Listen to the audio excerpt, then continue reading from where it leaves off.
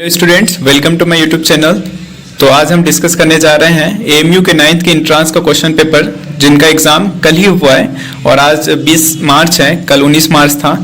तो आज हम इस वीडियो में देखेंगे 1 से लेकर के 85 क्वेश्चन और सारा एक इसी वीडियो पे डिस्कस करेंगे। तो आप वीडियो पे आखिर तक बने रहें। और आप अगर इनका आंसर की डाउनलोड करना चाहेंगे तो आपको एएमयू के ऑफिशियल वेबसाइट पे एएमयू कंट्रोलर एग्जाम्स पे मिल जाएगा। तो आप वहां से जाकर के इनका ऑफिशियल आंसर की चेक कर सकते हैं। और आप वीडियो देखना चाहते हैं तो इस वीडियो पे बने रहें और आपका सारा कंफ्यूजन दूर हो जाएगा। तो चलिए बिना किसी लेट के देरी स्टार्ट करते हैं आज का लेक्चर। तो देखते हैं question number first.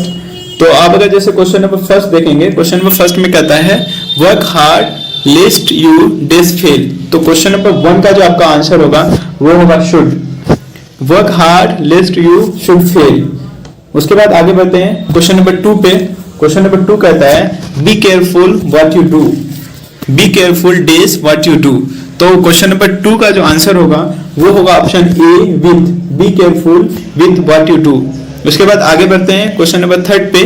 Question number 3 कहता है आपका the passive of who teaches you English is. तो पैसिव वॉइस बोल रहा है कि हु टीचेज यू इंग्लिश का पैसिव वॉइस क्या होगा। तो 3 का जो आपका आंसर होगा वो होगा आपका option number see who taught you English. तो आप इनको देख लें। तो 1 2 3 डिस्कस हो गया। फिर हम आगे बढ़ते हैं क्वेश्चन नंबर 4 पे। क्वेश्चन नंबर 4 कहता है the indirect narration of he said to me do you know me. आपका क्वेश्चन नंबर 4 है the indirect narration of he said to me do you know me. तो क्वेश्चन नंबर 4 का जो answer होगा वो होगा आपका option A he asked me whether I knew him. उसके बाद क्वेश्चन नंबर 5 पे आगे बढ़ते हैं। क्वेश्चन नंबर 5 कहता है आपका the word with correct spelling is. तो क्वेश्चन नंबर 5 का जो आपका आंसर होगा वो होगा ऑप्शन नंबर डी। एफिडेविट का करेक्ट स्पेलिंग क्या है। तो एफिडेविट का करेक्ट स्पेलिंग होता है AFFIDAVIT। तो इनका करेक्ट स्पेलिंग है। तो आप देखें। फिर आगे बढ़ते हैं क्वेश्चन नंबर 6 पे। क्वेश्चन नंबर 6 कह रहा है the antonym of word sapient is. तो क्वेश्चन नंबर 6 का जो हम देखेंगे तो इनका जो एंटोनियम होता है वो होता है ऑप्शन बी फुलिश। उसके बाद आगे बढ़ते हैं क्वेश्चन नंबर 7 पे। क्वेश्चन नंबर 7 कहता है the correct synonym of the word forestall is. तो क्वेश्चन नंबर 7 में कहता है कि फॉरेस्टॉल का सिनोनियम क्या है। तो फॉरेस्टॉल का सिनोनियम होता है प्रिवेंट। ये ऑप्शन नंबर सी होगा क्वेश्चन नंबर 7 का आंसर। उसके बाद आगे बढ़ते हैं क्वेश्चन नंबर 8। क्वेश्चन नंबर 8 है fill in the blank with the correct preposition. तो मतलब कि खाली जगह को एक करेक्ट प्रीपोजिशन से फिल करें। तो क्वेश्चन नंबर 8 में जो है दिया है कि she came dash the library. तो इसका जो आंसर होगा वो होगा आपका option number B into. She came into the library. उसके बाद बढ़ते हैं क्वेश्चन नंबर 9 पे। क्वेश्चन नंबर 9 कहता है choose the correct alternative which completes the given statement and change it into indirect narration. Question है the teacher said to me may you pass. तो question number 9 का जो आंसर होगा वो होगा आपका option number C the teacher wished me that I might pass. Question number C का आपका क्वेश्चन नंबर 9 का आंसर होगा आपका option number C the teacher wished me that I might pass. उसके बाद आगे बढ़ते हैं क्वेश्चन नंबर 10 पे। तो यहाँ पे आपका 9 क्वेश्चन हो गए। अब यहाँ से आपका उर्दू का क्वेश्चन है। तो आप उर्दू के क्वेश्चन को देखें। उर्दू का क्वेश्चन है फर्स्ट 10 नंबर जो है 10 नंबर कहता है कि नज़म दिवाली के दीप जले के शायर का क्या नाम है। तो नज़म एक है दिवाली के दीप जले। तो इसके शायर का क्या नाम है। तो इसके शायर का जो नाम है वो है आपका आंसर इसमें जो होगा वो होगा ऑप्शन नंबर सी। ये है रघुपति सहाय फिराक गोरखपुरी। उसके बाद आगे बढ़ते हैं क्वेश्चन नंबर 11 पे। क्वेश्चन नंबर 11 पे कहता है शायर मशरिक किसको कहा जाता है। तो शायर मशरिक जो है अल्लामा इकबाल को कहा जाता है। ये आपको भी पता होगा। तो इसमें ऑप्शन नंबर डी हो जाएगा आंसर। उसके बाद आगे बढ़ते हैं क्वेश्चन नंबर 12 पे मुंदरजा झैल शेर में खुर्शीद की पलकें किसे कहा गया है। तो यहाँ पे नीचे को शेर दिया गया है। इसमें खुर्शीद की पलकें क्या ये शेर है। और हर सुबह को ये ख्याल रचा जाता है उनको खुर्शीद की पलकों से चुना जाता है। तो इसमें जो है आपका जो आंसर होगा वो होगा ये बी। इसमें शाह को कहा गया है खुर्शीद की पलकें। उसके बाद आगे बढ़ते हैं क्वेश्चन नंबर 13 पे। क्वेश्चन नंबर 13 कहता है आलिम के जमा क्या है। क्वेश्चन नंबर 13 है आपका इसमें कह रहा है कि आलिम के जमा क्या है, तो आलिम के जमा जो होते हैं वो उलमा होते हैं। तो आपका 13 का जो आंसर होगा वो होगा ऑप्शन डी, उलमा, आलिम का जमा। फिर आगे बढ़ते हैं क्वेश्चन नंबर 14 पे, 14 पे। तो कहता है किरातुल लैन हैदर से मुताल्लिक खुतूत का मजमुआ मुंदरजा झैल में से कौन सी किताब है। तो इसमें जो ये आपका क्वेश्चन नंबर 14 का जो आंसर होगा वो होगा सी, दामने बागबान। तो क्वेश्चन नंबर 14 का जो आंसर होगा वो ऑप्शन सी, दामने बागबान। आगे बढ़ते हैं 15 पे। तो 15 पे कहता है लफ्ज पेश व ताब का माने क्या है। लफ्ज पेश व ताब का माने क्या है, तो इसका जो आंसर होगा वो होगा ऑप्शन नंबर सी, बेकरार रहना। तो ये आंसर होता है। फिर आगे बढ़ते हैं क्वेश्चन नंबर 16 पे। क्वेश्चन नंबर 16 कहता है हुरूफ जार कहते हैं, हुरूफ जार कहते हैं। तो क्वेश्चन नंबर 16 का जो आंसर होगा वो होगा आपका ऑप्शन नंबर बी, ये जुमले बनाने में मदद करने वाले अल्फाज को हुरूफ जार कहते हैं। तो क्वेश्चन नंबर 16 का आंसर होगा बी। उसके बाद आगे बढ़ते हैं क्वेश्चन नंबर 17 में है नाबिल है एक इख्तरानुन्निसा बेगम कितने साल की उम्र में लिखा गया। तो 17 का जो आंसर होगा वो होगा ऑप्शन सी, 14 साल की। तो आप ये देख लें। उसके बाद आगे बढ़ते हैं क्वेश्चन नंबर 18 पे। क्वेश्चन नंबर 18 पे हिंदी के क्वेश्चंस आ गए, तो हिंदी के क्वेश्चंस भी डिस्कस कर लेते हैं। यहाँ पे क्वेश्चन नंबर 18 है, इसमें कहता है निम्नलिखित पंक्तियां किस कवि द्वारा रचित है, कवि का नाम बताइए। यहाँ पे लिखा है पंक्तियां, पुष्प पुष्प से तंद्रालस लालसा खींच लूंगा मैं, अपने नव जीवन का अमृत सहर्ष सींच दूंगा मैं। तो ये जो 18 का जो आपका आंसर होगा वो होगा ऑप्शन बी, सूर्यकांत त्रिपाठी निराला ने लिखा है इसको। तो आप यहाँ से देख लें। आगे बढ़ते हैं क्वेश्चन नंबर 19 पे। तो आपका क्वेश्चन नंबर 19 है। क्वेश्चन नंबर 19 कहता है निम्नलिखित पंक्तियों में कौन सा अलंकार होगा। तो यहाँ जो नीचे पंक्ति लिखा हुआ है, ओयोम को छूते हुए दुर्गम पहाड़ों के शिखर, वे घने जंगल जहां रहता है तम आठों पहर। तो आपका क्वेश्चन नंबर 19 का जो आंसर होगा वो होगा अतिशयोक्ति अलंकार। तो ये जो है आपका ऑप्शन नंबर बी है, ये यहाँ पे अतिशयोक्ति अलंकार है। उसके बाद आगे बढ़ते हैं क्वेश्चन नंबर 20 पे। तो क्वेश्चन नंबर 20 है जिन शब्दों में लिंग, वचन, कारक आदि के कारण कोई परिवर्तन नहीं होता है वे क्या कहलाते हैं। तो क्वेश्चन नंबर 20 का जो आंसर होगा सी होगा, वो अव्यय कहलाते हैं। यहाँ पे आप देख लें क्वेश्चन नंबर सी, जिन शब्दों में लिंग, वचन, कारक आदि के कारण कोई परिवर्तन नहीं होता है वो क्या कहलाते हैं, अव्यय कहलाते हैं। फिर उसके बाद आगे बढ़ते हैं क्वेश्चन नंबर 21 पे। क्वेश्चन नंबर 21 कहता है बाबा भारती का सफेद घोड़ा दौड़ रहा था, इस वाक्य में विशेषण कौन सा भेद है, विशेषण का कौन सा भेद है। तो क्वेश्चन नंबर 21 का जो आंसर होगा वो होगा ऑप्शन सी, ये गुणवाचक विशेषण है। तो क्या है ये गुणवाचक विशेषण है। तो 21 का जो आंसर है वो है ऑप्शन सी। उसके बाद आगे बढ़ते हैं क्वेश्चन नंबर 22 पे। क्वेश्चन नंबर 22 कहता है आंख का अंधा नाम नयन सुख लोकोक्ति का क्या अर्थ है। तो क्वेश्चन नंबर 22 का जो आंसर है वो है आपका ऑप्शन ए, गुण के विरुद्ध नाम का होना। तो आंख का अंधा नाम नयन सुख लोकोक्ति का अर्थ है गुण के विरुद्ध नाम का होना। आगे बढ़ते हैं क्वेश्चन नंबर 23 पे। क्वेश्चन नंबर 23 कहता है प्रेमचंद के फटे जूते रचना के रचनाकार कौन है। तो क्वेश्चन नंबर 23 का जो आंसर है वो है ऑप्शन बी, हरिशंकर परसाई। तो ये ऑप्शन बी है आपका। उसके बाद आगे बढ़ते हैं। आगे कहता है क्वेश्चन नंबर 24 नरोत्तम दास किस काव्य धारा के कवि थे। तो क्वेश्चन नंबर 24 जो है नरोत्तम दास किस काव्य धारा के कवि थे। तो क्वेश्चन नंबर 24 का जो आंसर है वो है कृष्ण काव्य धारा। तो कृष्ण काव्य धारा के कवि थे नरोत्तम दास। आगे बढ़ते हैं 25 पे कहता है कि सावधान का सही संधि विच्छेद क्या है। तो सावधान का जो सही संधि विच्छेद आपको मिल जाएगा ये डी पे। मैं आपको यहाँ से पहले इनको हटा देता हूँ। तो आप यहाँ पे देखें 100 प्लस अवधान। तो 25 का जो आंसर है वो आपका ऑप्शन डी। आगे बढ़ते हैं फिर सेक्शन 2 पे आ गए और यहाँ पे कुछ ज्योग्राफी से क्वेश्चंस है। तो ज्योग्राफी से भी क्वेश्चंस को देख लेते हैं। यहाँ पे क्वेश्चन नंबर 26 है, इसमें कहता है asteroids are found between the orbits of. तो क्वेश्चन नंबर 26 का जो आंसर है वो है आपका option A, Mars and Jupiter. Mars and Jupiter के बीच पाया जाता है एस्टेरॉइड। आगे बढ़ते हैं क्वेश्चन नंबर 27 पे।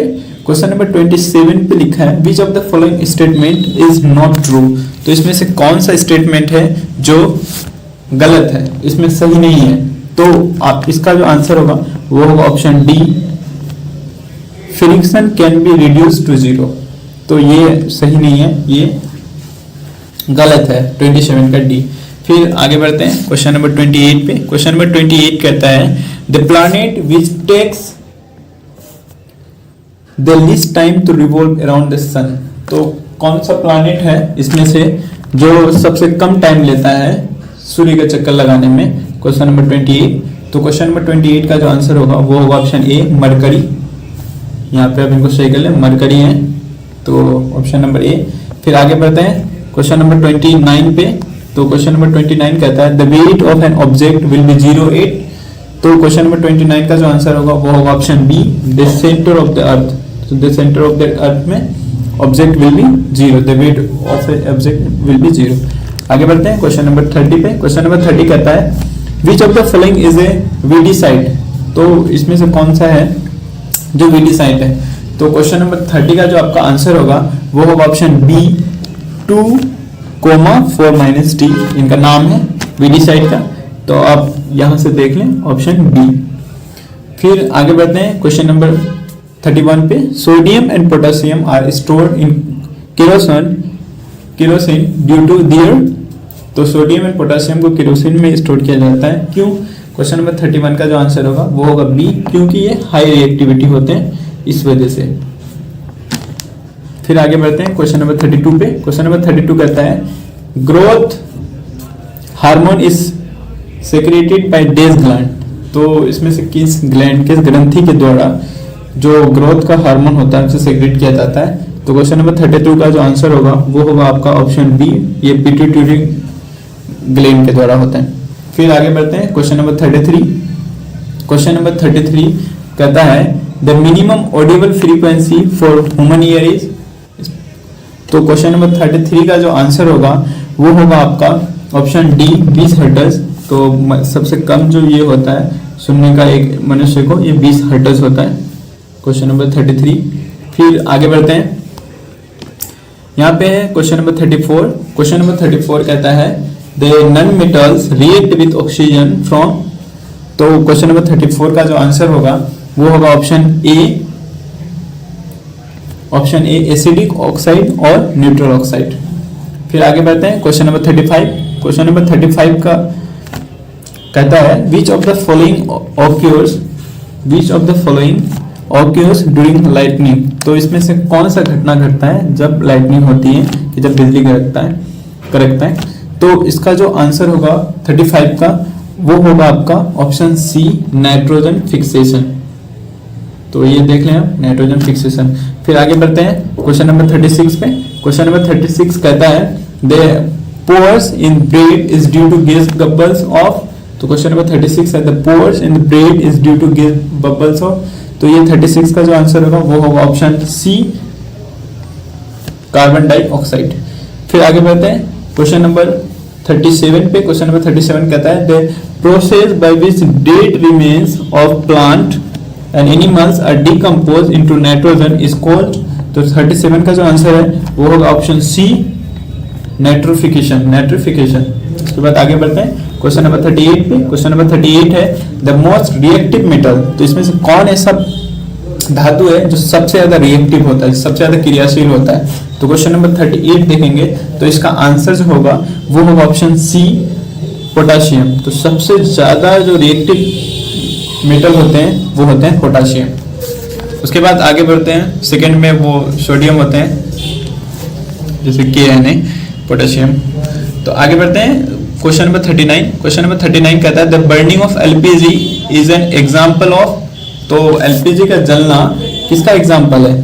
तो क्वेश्चन नंबर 39 को जब हम देखें तो इसका आंसर होगा आपका ऑप्शन ए, रेपिड कंबशन। जब मतलब LPG जलता है तो एक रेपिड कंबशन का एग्जाम्पल है। आगे बढ़ते हैं क्वेश्चन नंबर 40 पे। क्वेश्चन नंबर 40 कहता है friction due to fluid flow is called. तो क्वेश्चन नंबर 40 का जो आंसर है वो है आपका ऑप्शन डी, ड्रैग। तो यहां से आप देख लें ड्रैग। उसके बाद आगे बढ़ते हैं क्वेश्चन नंबर 41 पे। क्वेश्चन नंबर 41 कहता है identity the substance which is tough, porous and black, it is almost a pure form of carbon. तो 41 का जो आपका आंसर है वो है ऑप्शन डी, कोक। 41 का ऑप्शन डी है कोक। फिर आगे बढ़ते हैं क्वेश्चन नंबर 42 पे। क्वेश्चन नंबर 42 कहता है the increase in concentration of which gas is not responsible for global warming. तो इसमें से कौन ऐसे गैस है जो ग्लोबल वार्मिंग के लिए रिस्पॉन्सिबल नहीं है? तो ये है आपका नाइट्रोजन, ऑप्शन नंबर ए 42 का। आगे बढ़ते हैं क्वेश्चन नंबर 43 पे। क्वेश्चन नंबर 43 कहता है which of the following techniques of irrigation should be used to save water. तो which of the following techniques irrigation should be used to save water. तो 43 का जो आपका आंसर है वो है आपका ऑप्शन बी, ड्रिप इरिगेशन। आगे बढ़ते हैं क्वेश्चन नंबर 44 पे। क्वेश्चन नंबर 44 कहता है while baking cakes east multiplies rapidly and produce days gas. तो 44 का जो आपका आंसर है वो है ऑप्शन डी, कार्बन डाइऑक्साइड। 44 का आंसर है आपका कार्बन डाइऑक्साइड। आगे बढ़ते हैं 45 कहता है which of the following metals catch fire on reaction with air. तो इसमें से कौन ऐसा मेटल है जो एयर से रिएक्शन करके आग उत्पन्न करता है? तो 45 का जो आपका आंसर होगा वो होगा B, option number B, sodium. आगे बढ़ते हैं क्वेश्चन नंबर 46। क्वेश्चन नंबर 46 कहता है same kind of plants grown and cultivated on a large scale place is called. तो इसमें से मतलब कि सेम काइंड का जो प्लांट है जो ग्रो और कल्टीवेट होता है लार्ज स्केल पे एक ही प्लेस पे, तो उसे क्या कहते हैं? तो 46 का जो आंसर होगा वो होगा ऑप्शन बी, क्रॉप कहते हैं। फिर आगे बढ़ते हैं 47 कहता है polymers are made up of small units called is. तो पॉलीमर्स से बना होता है, उसके स्मॉल यूनिट्स को क्या कहा जाता है? तो 47 का जो आपका आंसर है वो है ऑप्शन डी, इसको कहा जाता है मोनोमर्स। इसको मोनोमर्स कहा जाता है। फिर आगे बढ़ते हैं क्वेश्चन नंबर 48 पे। क्वेश्चन नंबर 48 कहता है which gas is evolved when magnesium reacts with diluted hydrochloric acid. तो क्वेश्चन नंबर 48 का जो आंसर है वो है ऑप्शन डी, हाइड्रोजन। फिर आगे बढ़ते हैं क्वेश्चन नंबर 49 पे। क्वेश्चन नंबर 49 कहता है the lowest temperature at which a substance catches fire is called its. तो 49 का जो आपका आंसर है, 49 का आपका आंसर हो जाएगा ऑप्शन डी, इग्निशन टेम्परेचर। तो आप यहां से देख लें इग्निशन टेम्परेचर, ऑप्शन डी। फिर आगे बढ़ते हैं क्वेश्चन नंबर 50 पे। क्वेश्चन नंबर 50 कहता है external fertilization is not found in. Question number 50 जो है इसका क्या आंसर होगा? तो ऑप्शन नंबर ए होगा, ये होता है हेन में एक्सटर्नल फर्टिलाइजेशन, हेन में ही पाया जाता है मुर्गी में। फिर आगे बढ़ते हैं क्वेश्चन नंबर 51 पे। 51 कहता है which of the following statement is not correct. इसमें से कौन ऐसा स्टेटमेंट है जो करेक्ट नहीं है, सही नहीं है? तो 51 का जो आंसर होगा वो होगा option B, static friction is less than sliding friction. आगे बढ़ते हैं क्वेश्चन नंबर 52 पे। The device used to test the charge on an object is. तो क्वेश्चन नंबर 52 का जो आंसर होगा वो होगा ऑप्शन डी, इलेक्ट्रोस्कोप। तो इसे कहते हैं इलेक्ट्रोस्कोप, ये ऑप्शन डी है। तो आप ऑप्शन डी देख सकते हैं यहाँ से, इलेक्ट्रोस्कोप। फिर आगे बढ़ते हैं क्वेश्चन नंबर 53 में। क्वेश्चन नंबर 53 है the impression of an image persist on the retina for about. तो ये 1/16 ऑफ ए सेकेंड होता है। तो 53 का जो आंसर है वो है option A, 1/16 of A second. ये होगा ऑप्शन नंबर ए 53 का। फिर आते हैं क्वेश्चन नंबर 54 पे। The junction of A optic nerves and the retina in the eyes is called. तो 54 का जो आंसर है वो है ऑप्शन सी, उसे ब्लाइंड स्पॉट कहते हैं। फिर आगे बढ़ते हैं क्वेश्चन नंबर 55। क्वेश्चन नंबर 55 है which amongst the following is responsible for acid rain. तो 55 का जो आंसर है वो है option C, nitrogen and sulphur, nitrogen oxide and sulphur oxide. फिर आगे बढ़ते हैं क्वेश्चन नंबर 56 पे। ये मैथ्स के क्वेश्चन आ गए। तो इसमें कहता है which of the following is a rational number. इसमें से कौन ऐसा संख्या है जो पड़ी में है? पड़ी में एक होता है अपड़ी में। तो 56 का जो आंसर है वो है ऑप्शन सी, क्योंकि अगर जब ऑप्शन ए को देखेंगे तो ये भी इरेशनल है, और आप √3+3 को, ये भी इरेशनल है और ये भी इरेशनल ही है। फिर और इसमें से एक रेशनल है, ऑप्शन नंबर सी। आगे बढ़ते हैं क्वेश्चन नंबर 57 पे। यहाँ पे कहता है if a polyhedron has 6 vertex and 12 edges what is the number of faces it has. तो 57 का जो आंसर होगा वो होगा ऑप्शन बी 8। फिर आगे बढ़ते हैं क्वेश्चन नंबर 58 पे। क्वेश्चन नंबर 58 कहता है if A cuboidal box has 8 length and width has 20 cm, 15 cm and 10 cm respectively then its total surface area is। तो 58 का जो आंसर होगा वो होगा ऑप्शन सी। ऑप्शन सी हो जाएगा 1300 cm स्क्वायर। फिर आगे बढ़ते हैं क्वेश्चन नंबर 59 पे। क्वेश्चन नंबर 59 है a shopkeeper allows 20% off on the mark price of goods and still gets a profit of 25%। What is the actual cost to him of an article with mark price of Rs 500।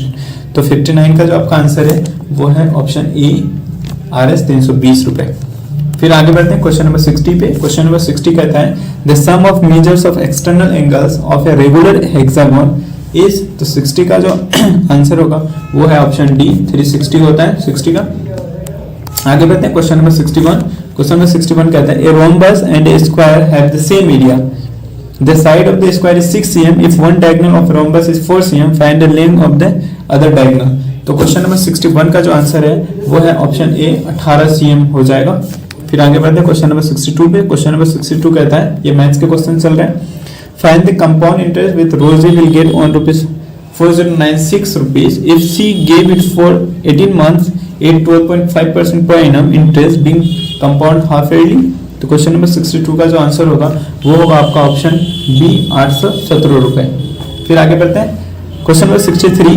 Question number 63 कहता है find the value of 5a square into -10ab square plus -2.2 into 1a square b square for a equal to 1 and b equal to 1/2। तो इसका value put करने के लिए कर रहा है। तो 63 का जो आपका आंसर होगा वो होगा आपका ऑप्शन सी 105/32। फिर आगे बढ़ते हैं क्वेश्चन नंबर 64 पे। क्वेश्चन नंबर 64 है if 15 added to the square of a number is less than the square of its successor then the number is। तो क्वेश्चन नंबर 64 का जो आंसर होगा वो होगा ऑप्शन बी 10। फिर आगे बढ़ते हैं क्वेश्चन नंबर 65। क्वेश्चन नंबर 65 पे ए bag contents 5 red 8 black and 7 white balls on ball is chosen as went down। 65 का जो आपका आंसर होगा वो होगा ऑप्शन सी 3/5। फिर आगे बढ़ते हैं क्वेश्चन नंबर 66। क्वेश्चन नंबर 66 कहता है the value of 16x square minus 24xy plus 9y square when x equal to 1/4 and y equal to 1/3 is. तो इस वैल्यू को पुट करने के बाद क्वेश्चन नंबर 66 का आंसर क्या होगा। तो क्वेश्चन नंबर 66 का आंसर होगा 0 ऑप्शन डी। फिर आगे बढ़ते हैं क्वेश्चन नंबर 67 पे the area of a trapezium is 28 square cm and one of its parallel sides is 8 cm if the distance between the parallel sides of 4 cm then the other parallel side is. तो question number 67 का जो answer होगा वो होगा option D 6 cm।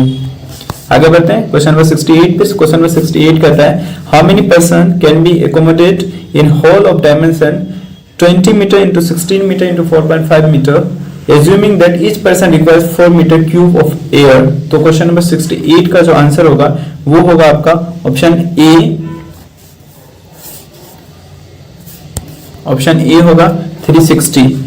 फिर आगे बढ़ते हैं 69 क्वेश्चन नंबर पे। तो यहाँ पे कुछ एक एक्सप्रेशन है इसका वैल्यू क्या होगा। तो क्वेश्चन नंबर 69 का जो आंसर होगा वो होगा सी पीपल m+n+1। उसके बाद आगे बढ़ते हैं क्वेश्चन नंबर 70 पे। क्वेश्चन नंबर 70 कहता है which one of the following is a true statement. इसमें से कौन ऐसा ट्रू स्टेटमेंट है क्वेश्चन नंबर 70 पे। तो क्वेश्चन नंबर 7 का जो इसका जो ट्रू स्टेटमेंट सी है integers are closed for subtraction. फिर आगे बढ़ते हैं क्वेश्चन नंबर 71 पे। क्वेश्चन नंबर 71 कहता है द वैल्यू ऑफ, मतलब कि यहाँ पे कुछ मैथ्स दिए गए इनका वैल्यू क्या होगा तो इनको पुट करना है, इनको बनाना है। तो 71 का जो आंसर होगा वो होगा ऑप्शन सी 5 आंसर होगा। फिर आगे बढ़ते हैं क्वेश्चन नंबर 72 पे if principal is equal to 1 lakh rate of interest 10% compound half yearly then amount after 6 month is. तो 72 का जो आंसर होगा वो होगा आपका ऑप्शन बी 1,05,000। क्वेश्चन नंबर 72 का। आगे बढ़ते हैं question number 73। The digits of a 2 digit number differ by 3 if the digits are interchanged and the resulting number is added to the original number we get 143. what is the original number? 73 का जो answer है वो है आपका option C 85। आगे बढ़ते हैं question number 74 पे। 74 कहता है द वैल्यू ऑफ, कुछ नंबर्स दिए गए हैं, इनका वैल्यू क्या होगा? तो 74 का जो आंसर होगा वो होगा आपका ऑप्शन सी 149.985 क्वेश्चन नंबर 74 का। आता है क्वेश्चन नंबर 75। क्वेश्चन नंबर 75 कहता है the height of 2 right circular cylinders are same, their volumes are 16 pi m³ and 18 pi m³ respectively, the ratio of their base radius. तो क्वेश्चन नंबर 75 का जो आंसर होगा वो होगा ऑप्शन ए 4:9 होगा। आगे बढ़ते हैं क्वेश्चन नंबर 76 पे। क्वेश्चन नंबर 76 कहता है which of the following relationship is named as Euler's formula. तो इसमें से कौन सा रिलेशनशिप यूलर्स फार्मूला कहलाता है? तो ये है ऑप्शन सी में F + V = E+2। आगे बढ़ते हैं क्वेश्चन नंबर 77 पे। क्वेश्चन नंबर 77 कहता है find the smallest number by which the number 2401 must be divided to obtain a perfect cube. तो 77 का जो आपका आंसर होगा वो हो जाएगा आपका ऑप्शन डी 7। फिर आगे बढ़ते हैं 78 पे। 78 कहता है sum of digits of a 2 digit number is 9. When we interchange the digits, it is found that resulting new number greater than the original number by 27. What is 2 digit number? तो 78 का जो आंसर है वो है आपका 36 option number B. फिर आगे बढ़ते हैं 79 पे। 79 कहता है which is the having the largest value। तो इसमें से कुछ है 2 पर 250 पावर, 3 पर 150, 5 पर 100 एंड 4 पर 200 पावर। तो इसमें से कौन सा लार्जेस्ट वैल्यू है? तो ये जो 79 का जो आंसर होगा वो होगा ऑप्शन ए 4 पर 200, ये सबसे लार्जेस्ट पावर है, वैल्यू है। फिर आगे बढ़ते हैं क्वेश्चन नंबर 80 पे। क्वेश्चन नंबर 80 कहता है if a = √2 + 1 and b = √2 - 1 then the value of a² + ab + b² by a² - ab + b²। तो क्वेश्चन नंबर 80 का जो आंसर होगा वो होगा ऑप्शन डी 7/5 होगा। जब आप इसे सॉल्व करेंगे तो ये 7/5 आएगा। आगे बढ़ते हैं क्वेश्चन नंबर 81 पे। 81 कहता है 8 men can do a piece of work in 10 days. How long will 10 men take to complete the same work? इसमें कहता है कि 8 आदमी किसी काम को 10 दिन में करता है, तो 10 आदमी उसी काम को कितने दिन में करेगा? तो 81 का जो आंसर होगा वो होगा आपका 8 दिन में, क्योंकि ऑफ कोर्स अगर ज्यादा आदमी है तो कम दिन में करेगा, तो यहाँ पे 8 दिन हो जाएगा। उसके बाद आगे बढ़ते हैं क्वेश्चन नंबर 82। क्वेश्चन नंबर 82 कहता है the polynomial 2x³ - 5x² + mx + n is divisible by x² - 4।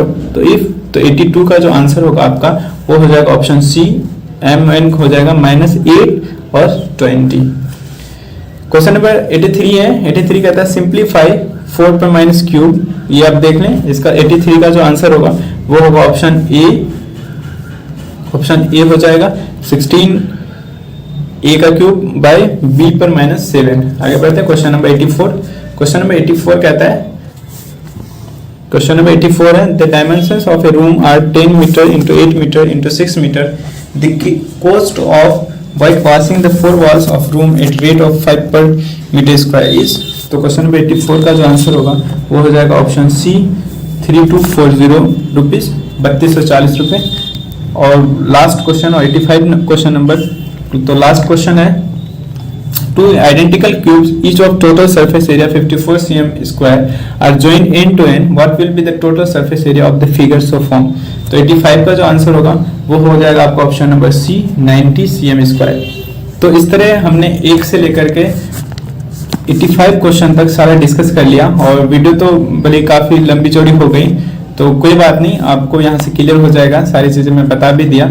तो आप देख लें, अगर इसमें से कोई क्वेश्चन अगर गलत हो तो आप कमेंट में कमेंट कर दें, और वीडियो को आप कंप्लीट देखें। भले वीडियो ज़्यादा लंबा हो सकता है, बट इसमें सारे क्वेश्चन डिस्कस किया गया है 85 1 to 85। तो आप वीडियो को शुरू से आखिर तक देखें, आपको सारा कुछ समझ में आ जाएगा। तो चैनल को लाइक शेयर सब्सक्राइब करना ना भूलें, और वीडियो में आखिर तक बने रहने के लिए शुक्रिया। ठीक है, मिलते हैं नेक्स्ट वीडियो पे, तब तक के लिए बाय बाय।